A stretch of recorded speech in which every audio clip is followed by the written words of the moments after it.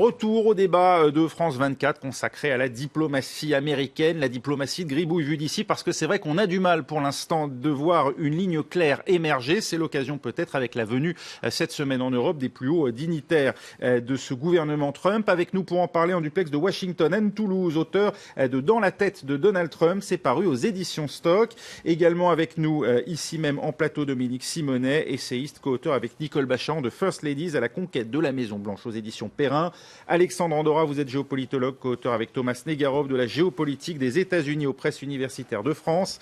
Et Laurent Cohen-Tanugy, avocat international et essayiste, auteur notamment de cet ouvrage « Guerre ou paix », essai sur le monde de demain. Alors on évoquait justement la situation assez inquiétante aujourd'hui, en tout cas la difficulté à essayer d'y voir clair dans ce qui se passe actuellement à Washington. Michael Flynn a donc démissionné dans le courant de la semaine et depuis, c'est semble-t-il la guerre ouverte entre Donald Trump et les agences de renseignement. Dominique Simonet, vous en parliez. Oui, c'est une situation assez inédite de voir qu'un président continue à mettre en scène d'une certaine manière ces petites phrases assez insultantes envers sa propre administration et qu'il engage contre les services secrets et contre même le département d'État aussi, en tout cas certaines personnes du département d'État, une espèce de guerre. Il y a un spécialiste américain qui parle des services secrets qui dit ça y est, on est rentré dans la guerre nucléaire en parlant de ces relations entre la Maison-Blanche et son administration. On va dire que le climat est quand même assez curieux, d'autant plus que Laurent Cohen-Tanugy disait tout à l'heure, on est quand même dans un monde extrêmement instable. Il y a beaucoup d'inquiétudes. On aurait besoin que les démocraties trouvent quelque chose se ressaisissent un peu et trouvent une forme d'unité. Et on a au contraire une Europe qui est en train de se disloquer et un président américain, une administration américaine qui fait une politique totalement imprévisible et assez douteuse. Donc voilà, je pense que ce qui va se passer maintenant dans les prochaines relations internationales, et notamment avec les Européens, je pense que les Européens ont un rôle très important à jouer et qui doivent un petit peu justement être beaucoup plus fermes. Ça va être absolument décisif pour l'avenir du monde dans les prochains mois. Oui. Alexandre Andorra, on prête à Donald Trump la volonté d'un rapprochement avec la Russie. C'était d'ailleurs aussi l'option prêtée à Michael Flynn et aussi d'ailleurs à Stephen Bannon au sein de l'administration américaine. Pourquoi? Qui a le plus intérêt finalement aujourd'hui à un accord? Est-ce Washington ou n'est-ce pas finalement Moscou? Alors après ça dépend des terrains, parce que je dirais que par exemple si on arrive à un traité de réduction des armes nucléaires stratégiques, bon là les deux pays sont vainqueurs et puis même le monde d'une manière générale le serait. Après effectivement je pense que Moscou a beaucoup plus intérêt à se rapprocher des États-Unis là-dessus parce que c'est vraiment son grand objectif depuis le début, revenir à la même table que les États-Unis pour avoir l'impression qu'ils sont de nouveau pairs, égaux. Le danger, parce qu'après c'est pas foncièrement original qu'un nouveau président veut se rapprocher. Oui, on se souvient du reset. C'est un classique, sous Barack Obama aux États-Unis d'essayer de faire un reset. Exactement, Obama l'avait fait. La question, ça va être dans quels termes en fait. Il faut vraiment que si ça se passe, les États-Unis arrivent à faire ça, pas sur les termes russes, mais dans des termes qui soient assez compromis, entre les deux. Pour l'instant, on se dirige plus sur un rapprochement sur les termes russes parce que, encore une fois, il n'y a pas vraiment de ligne détaillée directrice et on le voit un peu partout. Hier, quand il parlait de la solution à 2 États ou à un État, ce qui est impressionnant, c'est qu'il dit moi j'aime bien les deux, c'est comme vous voulez, mais c'est quand même le président, donc c'est quand même lui qui doit donner la directive a priori. La crainte, c'est quoi côté européen, Laurent Cohen-Tanugy? C'est qu'on donne plus de marge de manœuvre à la Russie dans ce qui était longtemps considéré comme son précaré, finalement l'Est de l'Europe?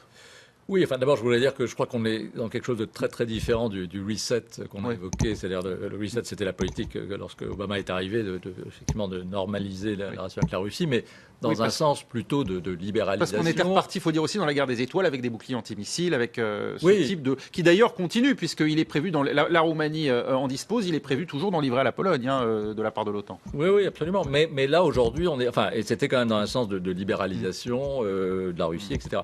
Là, aujourd'hui, c'est complètement différent. Et je crois que la Russie cherche au minimum à neutraliser d'une certaine manière les États-Unis et soutient tous les partis d'extrême droite en Europe. Donc je crois que c'est quelque chose de très différent, qui s'apparente plus à une espèce de prise de contrôle rampante, enfin pas de contrôle, mais enfin en tout cas de neutralisation rampante. Donc je crois que c'est quelque chose de tout à fait différent. Évidemment, ce qui est à craindre pour l'Europe, qui a quand même vécu, alors peut-être on peut le déplorer, toujours à l'ombre du parapluie nucléaire, militaire américain en tout cas, et c'est vrai que l'Europe aujourd'hui n'est pas en capacité véritablement ni de se défendre, ni même d'être extrêmement efficace militairement, sans malgré tout l'appui américain, qu'il s'agisse au moins du renseignement, de la technologie, etc. Donc toute distance, toute prise de distance entre les États-Unis et l'Europe est mauvaise pour l'Europe et favorable à la Russie, c'est clair. Anne Toulouse, au sein de l'administration Trump aujourd'hui, il y a deux lignes qui s'affrontent très clairement entre, disons, d'un côté ceux qui étaient réputés plus favorables à la Russie, on pense à Michael Flynn, mais je le disais aussi, Stephen Bannon est souvent présenté comme partisan de cette option, et puis de l'autre côté, des figures comme James Mattis, Rex Tillerson, qui malgré ses années de proximité avec Vladimir Poutine, semble aujourd'hui prendre ses distances. Est-ce que c'est ça auquel on assiste ? Écoutez, moi, je voudrais bien continuer cette discussion sur la Russie, mais je crois qu'on a un petit peu fait le tour. Ce que je voudrais dire, parce que c'est ma spécialité à moi, c'est Donald Trump, c'est que il faut aussi voir la logique de Donald Trump. Je sais que c'est pas toujours facile, mais je pense que son problème, c'est qu'il continue à faire pendant qu'il est à la Maison-Blanche, depuis qu'il est à la Maison-Blanche, ce qu'il a fait pendant sa campagne. Il ne faut pas oublier que Donald Trump a été élu sur le rejet de tout ce qui était en place, sur le rejet des institutions. Donc, je pense qu'auprès de l'Amérique qui l'a suivi, le fait qu'en ce moment, il soit en train de renverser la table un peu dans tous les ministères et dans toutes les institutions, c'est peut-être pas forcément pour déplaire. Et même, je pense pas que dans le Middle West, on se réveille en essayant de voir quelle va être la finesse de la ligne avec la Russie. Alors, je dis pas qu'on ne devrait pas le faire, mais c'est un peu comme ça. Parce que pendant que tout le monde discute autour de ces égarements en politique étrangère, autour du fait qu'ils disent qu'il lui passe par la tête, ce que fait Donald Trump, vous n'allez pas le croire, mais il est en train de préparer sa campagne de 2020. Il a un meeting, je crois que c'est aujourd'hui à Orlando, qui est un meeting de campagne. Donald Trump est toujours en campagne. Il continue à faire ce qui lui a si bien réussi. Oui. Voilà, c'est ça. Mais Anne Toulouse, cette propension, comme vous le dites, à renverser la table, à bousculer les équilibres existants et à être d'ailleurs de nouveau en campagne, est-ce que ça n'est pas au prix d'une terrible instabilité finalement, voire d'une cacophonie au plus haut niveau de l'État ? Je vais juste vous faire écouter John McCain, qui est quand même l'un des ténors républicains au Sénat. Je vous ferai réagir juste après. Je connais sa déclaration. Bon, on va l'entendre pour ceux qui ne la connaissent pas et je vous ferai réagir juste après. Je crois qu'il y a un dysfonctionnement significatif dans l'appareil de sécurité nationale du gouvernement Trump. Quand on voit qu'on ne sait même pas qui est responsable, cette situation avec Flynn, tout ce qui l'entoure, rappelle le dysfonctionnement du gouvernement Trump pour tout ce qui touche à la sécurité nationale. Anne Toulouse, la moitié des Américains, du moins ceux qui ont voté pour Donald Trump, ont clairement voulu le changement, la rupture avec les habitudes de Washington. Est-ce qu'ils ont voté pour l'anarchie ?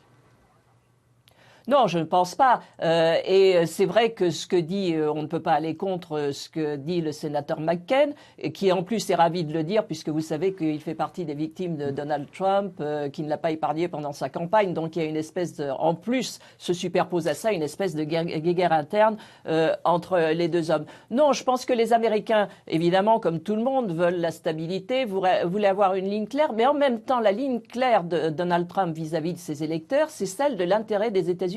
Il n'a jamais dit autre chose pendant sa campagne. Alors qu'il l'interprète d'une manière qui n'est pas orthodoxe et qui est même inquiétante, ça, je veux bien. Mais si on parle de Donald Trump vis-à-vis de ses électeurs, et surtout du noyau dur de ses électeurs, c'est les intérêts des États-Unis qui peuvent prendre des formes un peu louvoyantes, comme on le voit.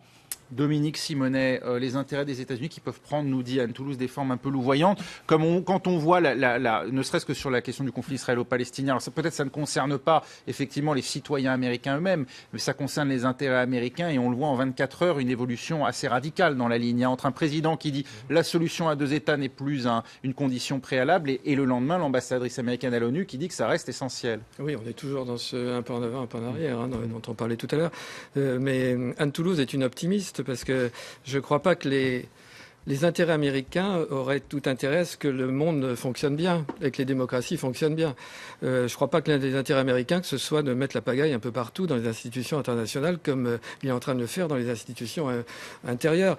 Vous savez, moi, je pense qu'il y a quelque chose d'important, peut-être de plus grave sur le fond, c'est que on sent une certaine volonté de bouleverser un petit peu les vieilles alliances, comme les Américains d'ailleurs ont envie de bouleverser un peu le vieux système, comme les Français aussi, où certains Français y songent. On va renverser la table et bouleversons les alliances. Et on voit une diplomatie, en tout cas de ce qui reflète de l'attitude de Donald Trump, qui est en fait totalement mercantile. C'est plus une diplomatie raisonnée, c'est plus une diplomatie qui est basée sur un certain nombre, sur l'histoire, sur des valeurs, n'en parlons plus. Les valeurs, on les oublie totalement. C'est une démocratie du deal, du donnant-donnant, une espèce de réel politique totalement cynique. Qui, d'une certaine manière, ne fait que réveiller les nationalismes et peut-être peut conduire le monde au pire. Moi, je pense que on parlait tout à l'heure de la Russie, et vous le disiez totalement justement. La Russie de Poutine, c'est pas celle de Gorbatchev, c'est la Russie d'une forme de dictature, d'un homme fort. Est-ce que les démocraties qui sont réunies notamment dans l'OTAN ou dans une certaine idée de la société mondiale, est-ce qu'elles sont prêtes à faire renoncer à ces valeurs? Je sais qu'il y a une grande tendance actuellement, peut-être au département d'État, mais même en France, à justement dire ça suffit maintenant, soyons réalistes et puis faisons des deals, etc. À la Trump. Je pense que c'est extrêmement dangereux. Alors juste, je vais faire réagir nos invités en plateau, mais je voudrais juste une réaction d'Anne Toulouse, parce que c'est vrai que là vous touchez à la psychologie de Donald Trump, et que c'est vrai que c'est tout l'intérêt aussi de l'ouvrage d'Anne Toulouse, Dans la tête de Donald Trump. C'était Bob Corker, qui est le sénateur républicain du Tennessee, qui avait été pressenti lui-même au secrétariat d'État, qui avait eu des entretiens avec Donald Trump au mois de novembre dernier, et qui avait dit effectivement qu'il avait lui aussi vu ce côté de deal maker, le côté businessman de Donald Trump, qui lui-même ne lui avait pas convenu, parce que finalement un deal pour faire un deal, c'est pas comme ça qu'on gère les affaires du monde, notamment avec la Russie. On peut pas faire un nouveau Yalta juste pour le plaisir de faire un deal. Est-ce que c'est ça la psychologie de Donald Trump, Anne Toulouse? Oui, alors d'abord, je voudrais dire que je ne suis ni optimiste ni pessimiste, ou simplement je vis aux États-Unis. Je suis moi-même de nationalité américaine, donc je vois ce qui se passe autour de moi et j'essaie non pas de justifier ou de condamner, j'essaie simplement d'expliquer. Et vous avez tout à fait raison, la diplomatie de Donald Trump, c'est une diplomatie de businessman. C'est d'ailleurs ce que je dis dans mon livre. C'est, comme disait d'ailleurs Benjamin Netanyahou, c'est l'art du deal. Il est en train de faire des deals diplomatiques comme il a fait des deals dans sa carrière. Et je dirais que la ligne directrice, c'est un peu ça passe ou ça casse. Voilà, c'est comme ça. Alors on peut le déplorer ou trouver qu'il y a une logique à ça. Moi, c'est ce que je vois autour de moi. Et ce que je vois autour de moi, c'est non seulement le microcosme Washington, peut-être New York, quelquefois Los Angeles, mais il y a aussi tout ce vaste pays au milieu qui a fait un pari sur quelqu'un qui tournait le dos aux anciennes alliances. Mais il faut dire que ce n'est pas le seul. Regardez ce qui s'est passé sous Obama, qui disait que l'Europe était l'histoire d'amour de quelqu'un d'autre et qui s'est tournée complètement vers l'Ouest, comme le fait maintenant la jeunesse américaine. On peut le déplorer, mais c'est comme ça. Oui, illustration en tout cas, Laurent Cohen-Tanuji, de cette propension de Donald Trump à effectivement agir un peu comme un businessman dans les relations internationales. Il le dit à l'instant lors de sa conférence de presse: nous ne cesserons de mettre la pression sur l'Iran. Manière de dire, tant que nous n'obtiendrons pas ce que nous voulons, c'est-à-dire des garanties sûres et définitives. Ça veut dire qu'il ne remet pas formellement en cause l'accord. D'ailleurs, il y a eu un peu des rumeurs là-dessus aujourd'hui, après la rencontre entre Jean-Marc Ayrault et Rex Tillerson. Jean-Marc Ayrault, le ministre français des Affaires étrangères, a eu un peu le sentiment de sa rencontre avec Tillerson que les États-Unis étaient prêts à remettre en cause cet accord. Et là, Donald Trump dit: on ne le met pas en cause, mais on ne cessera de mettre la pression. C'est une manière de faire monter les enchères. Est-ce que finalement, c'est pas aussi une manière peut-être efficace? Est-ce que c'est nous qui nous trompons pas de grille de lecture d'une certaine manière? Non, je dirais d'abord que vous semblez avoir une bien piètre idée des businessmen, parce que être un bon businessman, c'est pas ça. Mais ça fait pas forcément un bon président. Ça fait pas, en plus, ça fait pas nécessairement un bon président, loin de là. Mais il faut une part de bluff quand on. Oui, mais enfin là, pour le moment, en tout cas, quand on veut faire des deals, il faut Ouais. savoir exactement ce qu'on veut. Là, visiblement, un jour c'est noir, le lendemain c'est blanc. Donc, quand on sait pas vraiment ce qu'on veut, on fait pas de bon deal. Pour le moment, en tout cas, je l'ai vu aucun deal de fait. Donc, non, je crois qu'il faut arrêter de. Et puis par ailleurs, bon, effectivement, la diplomatie c'est beaucoup plus compliqué. Donc, je crois que cette image de. Alors ensuite, avoir une approche plus transactionnelle, plus réaliste, peut-être. Mais enfin, en tout cas, pour le moment, c'est pas ce qu'on a vu du tout dans le mois le premier mois de la présidence Trump. C'est ni de la diplomatie, ni du bon business.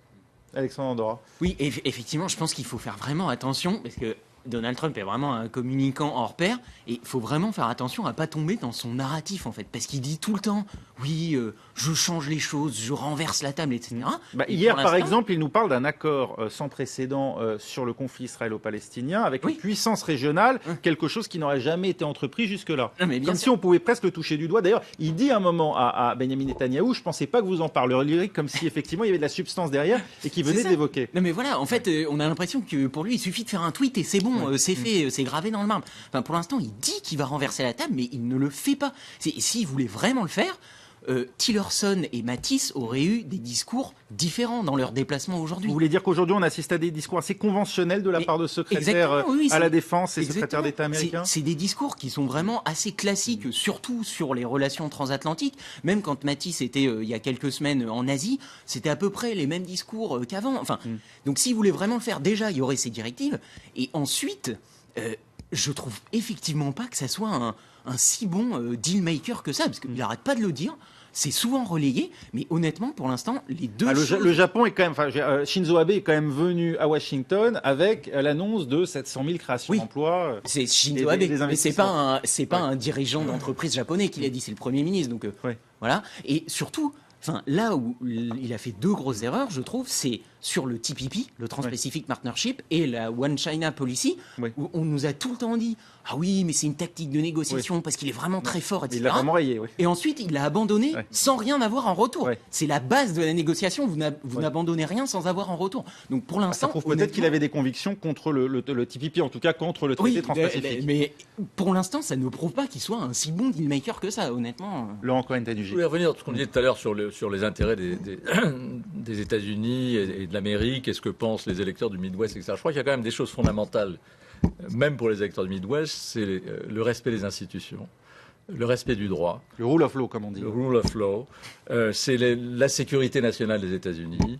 Et c'est malgré tout les valeurs qu'incarnent les États-Unis, la démocratie libérale, etc. Je crois que ça, même au fin fond du Midwest, il y a un moment où ça devient quand même une ligne rouge à ne pas franchir. Et pourtant, Anne Toulouse, c'est ce qui surprend un peu, vu d'ici, on dit sa cote de popularité s'effrite. Enfin, il a quand même un stock de 40% en gros d'opinion favorable, ce qui, si un chef d'État avait à peu près eu la même politique en France, on peut parier qu'il serait en dessous des 10%. Donc ça veut dire qu'il a toujours un soutien dans l'opinion, d'après vous ?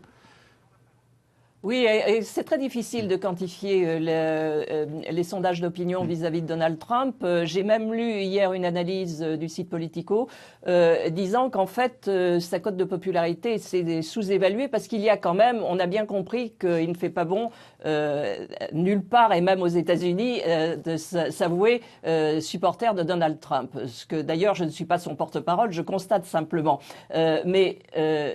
C'est d'après Politico, les sondages qui seraient faits non pas de vive voix, mais par online ou d'une façon automatiquement générée, donneraient un pourcentage beaucoup plus fort à Donald Trump. Donc, je ne sais pas si ça va durer, mais c'est vrai que pour l'instant, si sa popularité s'érode, elle s'érode lentement. On dit que les gens qui ont voté pour Trump auraient peut-être ce qu'on appelle buyer's remorse. Peut-être pour 10%, peut-être un peu moins, mais on est au tout début d'une administration, hein, on est à moins d'un mois, donc pour l'instant les conséquences sur la vie quotidienne ne se sont pas fait sentir et je ne vois pas pourquoi cela se ferait vraiment sentir sur les sondages d'opinion.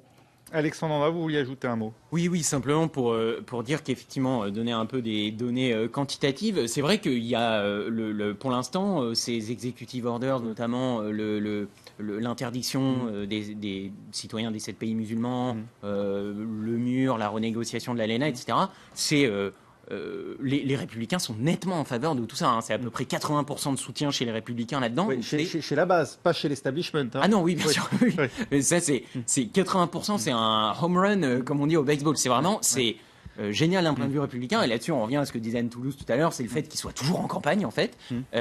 Maintenant, bon après, oui, c'est question de comment les données sont collectées d'un point de vue sondage, etc.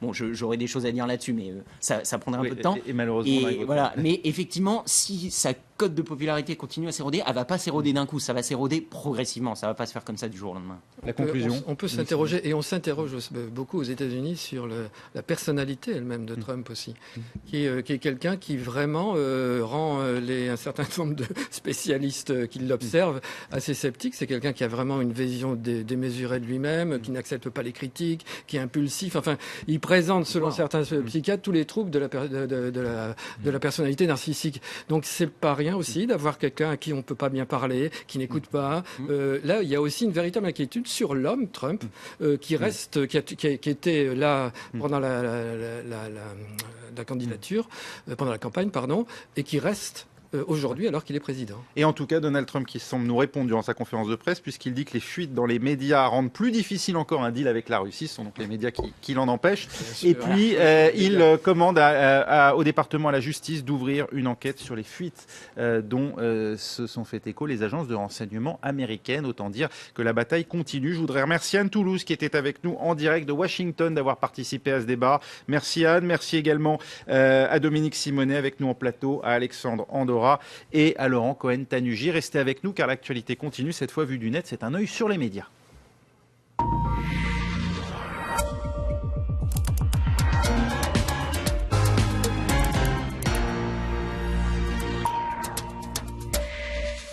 Un œil sur les médias, l'actualité du débat, mais cette fois vue du net, c'est avec Anthony Saint-Léger. Bonjour Anthony. Bonsoir Raphaël. Aux États-Unis, c'était aujourd'hui une journée sans immigrés, une manière de dénoncer la politique de Donald Trump. Oui, contrairement à ce qu'on pourrait penser à l'énoncé de l'intitulé et de ce hashtag Day Without Immigrants, eh bien ce n'est pas une initiative raciste contre les immigrés, bien au contraire. Des restaurants de plusieurs villes ont décidé de fermer leurs portes ou en tout cas de tourner au ralenti et cette affichette a été très partagée sur les réseaux sociaux. Sans les sans-papiers ni les immigrés et sans notre soutien, le pays est paralysé. C'est d'ailleurs ce qu'ont tenu à rappeler certains tweetos, cette tweeto qui espère que ça aura un grand impact pour montrer à quel point leur contribution est importante pour la société américaine. Pour cet autre internaute, elle précise que beaucoup d'immigrants acceptent des jobs qui sont souvent mal payés, en tout cas peu payés, et que des Américains ne l'auraient pas forcément fait. Du coup, sur les réseaux sociaux, de nombreuses enseignes ont annoncé qu'elles fermeraient leurs portes. C'est le cas de la chaîne Wing Wings